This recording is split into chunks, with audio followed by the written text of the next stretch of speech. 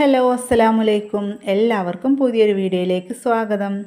ഇന്ന് നമ്മൾ വന്നിരിക്കുന്നത് മാങ്ങ കൊണ്ടൊരു നാടൻ ഒഴിച്ചെറിയുടെ റെസിപ്പി ആയിട്ടാണ് കേട്ടോ. വളരെ സിമ്പിളായിട്ട് കുറഞ്ഞ ഇൻഗ്രീഡിയൻസ് വെച്ചിട്ട് നമുക്ക് ചെയ്തെടുക്കാൻ പറ്റുന്നതാണ്.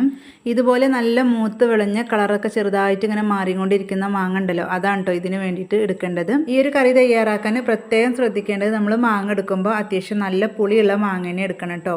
പിന്നെ അതുപോലെ തന്നെ ഈ ഒരു കറിയുടെ കൂടെ ഒരു മെഴുക്ക് പുരട്ടിയോ അല്ലെങ്കിൽ ഒരു പപ്പടം എന്തെങ്കിലും ഉണ്ടെങ്കിൽ നമുക്ക് ചോറുണ്ണാം കേട്ടോ. അത്രയും നല്ല ടേസ്റ്റാണ് ഈ ഒരു കറി. നമുക്ക് പെട്ടെന്ന് കറികളൊന്നും ഇല്ലയെന്ന് വെച്ചെങ്കിൽ മാങ്ങ ഉണ്ടെങ്കിൽ വളരെ കുറഞ്ഞ സമയം കൊണ്ട് തയ്യാറാക്കി എടുക്കാൻ പറ്റുന്നതാണ് കേട്ടോ. ആദ്യമായിട്ട് ചാനൽ കാണുന്നവരൊക്കെ ഉണ്ടെങ്കിൽ ഒന്ന് സബ്സ്ക്രൈബ് ചെയ്ത് സപ്പോർട്ട് ചെയ്യാം. അപ്പോൾ മാങ്ങയൊക്കെ തൊലിയൊക്കെ കളഞ്ഞിട്ട് ഇതുപോലെ ചെറുതായി മുറിച്ചെടുത്ത് വന്നിട്ടുണ്ട്. അപ്പോൾ ഇത് കാണുമ്പോൾ നല്ല പഴുത്ത മാങ്ങയുടെ പോലെ തോന്നിട്ടോ, പക്ഷേ പഴുത്തിട്ടില്ല കേട്ടോ. നല്ല പുളിയാണ്, അത്യാവശ്യം നല്ല മൂത്തുക്കണു. അപ്പോൾ ഈ ഒരു മാങ്ങ നമുക്കൊരു മിക്സിയുടെ ജാറിലിട്ട് കൊടുക്കാം. അപ്പോൾ മിക്സിയുടെ ചെറിയ ജാറാണ് കേട്ടോ ഞാനിവിടെ എടുത്തിട്ടുള്ളത്. ഇനി ഇതിലേക്ക് ഞാൻ ചേർത്ത് കൊടുക്കുന്നത് പച്ചമുളകാണ് കേട്ടോ. അപ്പോൾ അത്യാവശ്യം എരിവ് വേണം ഈ ഒരു കറിക്ക്. അപ്പോൾ ഞാനിവിടെ ഒരു 3 പച്ചമുളകാണ് ചേർത്ത് കൊടുക്കുന്നത്. ഇനി പച്ചമുളകിന് പകരം നിങ്ങൾക്ക് വറ്റൽമുളകും ചേർത്ത് കൊടുക്കാം. ഇനി നമുക്ക് ഇതൊന്ന് അരച്ചെടുത്തിട്ട് വരാം.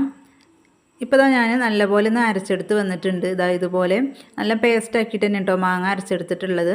ഇനി ഇതിലേക്ക് ഞാൻ ചേർത്ത് കൊടുക്കുന്നത് തേങ്ങയാണ്. ഒരു 2-3 കൈപ്പിടി തേങ്ങ ചേർത്ത് കൊടുക്കുന്നുണ്ട്. പിന്നെ അതുപോലെ തന്നെ നല്ല പച്ച തേങ്ങയാണ് കേട്ടോ ചേർത്ത് കൊടുക്കുന്നത്. തേങ്ങയും കൂടി ചേർത്ത് കൊടുത്തിട്ട് ഇതിലേക്കൊരു 2-3 ടേബിൾ സ്പൂൺ വെള്ളമാണ് കേട്ടോ ഒഴിച്ച് കൊടുക്കുന്നത്. എന്നാലേ നല്ലപോലെ ഒന്ന് അരച്ചെടുക്കാൻ പറ്റുള്ളൂ. ഇത് നമ്മൾ തിളപ്പിച്ചെടുക്കുന്നില്ല കേട്ടോ. അപ്പോൾ അതുകൊണ്ട് തന്നെ ഞാനിവിടെ പച്ചവെള്ളമാണ് ചേർത്ത് കൊടുക്കുന്നത്. അപ്പോൾ നിങ്ങൾക്ക് വേണമെങ്കിൽ തിളപ്പിച്ചാറിയ വെള്ളം വേണമെങ്കിലും ചേർത്ത് കൊടുക്കാം. ഇനി നമുക്കൊന്ന് അരച്ചെടുത്തിട്ട് വരാം.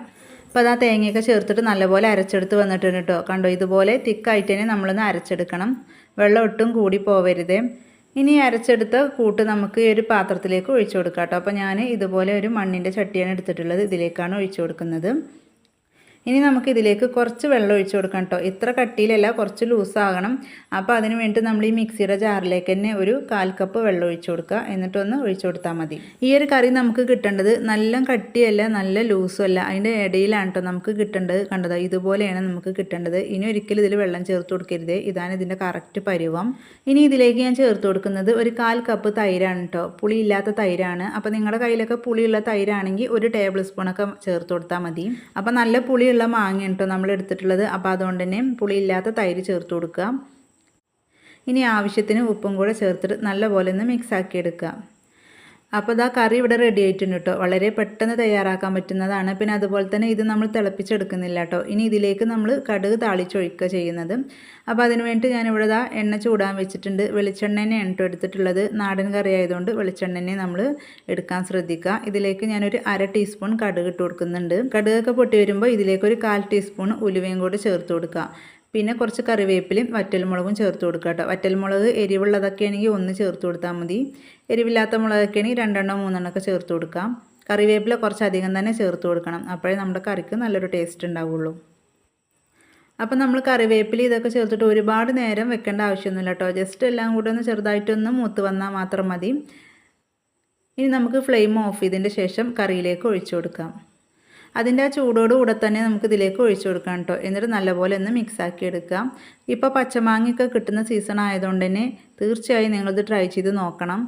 ഇതിപ്പോൾ തയ്യാറാക്കാൻ വളരെ എളുപ്പമാണെങ്കിലും നല്ല ടേസ്റ്റാണ് കേട്ടോ ഇത്. ഒരു പ്രാവശ്യം നിങ്ങൾ ഇതുപോലെ ട്രൈ ചെയ്ത് നോക്കിയിട്ടുണ്ടെങ്കിൽ പിന്നെ മാങ്ങ കിട്ടുമ്പോൾ എപ്പോഴും നിങ്ങൾ ഉണ്ടാക്കിയെടുക്കും കേട്ടോ. അത്രയ്ക്ക് നല്ല ടേസ്റ്റാണ്. അപ്പോൾ എത്ര ഉള്ളൂ കേട്ടോ നമ്മുടെ ഇന്നത്തെ ഒരു വീഡിയോ ഇഷ്ടപ്പെട്ടാൽ ഒന്ന് ലൈക്ക് ചെയ്യുക, ഉപകാരപ്പെട്ടാൽ ഷെയർ ചെയ്യുക, അതുപോലെ തന്നെ അഭിപ്രായങ്ങൾ അറിയിക്കുക.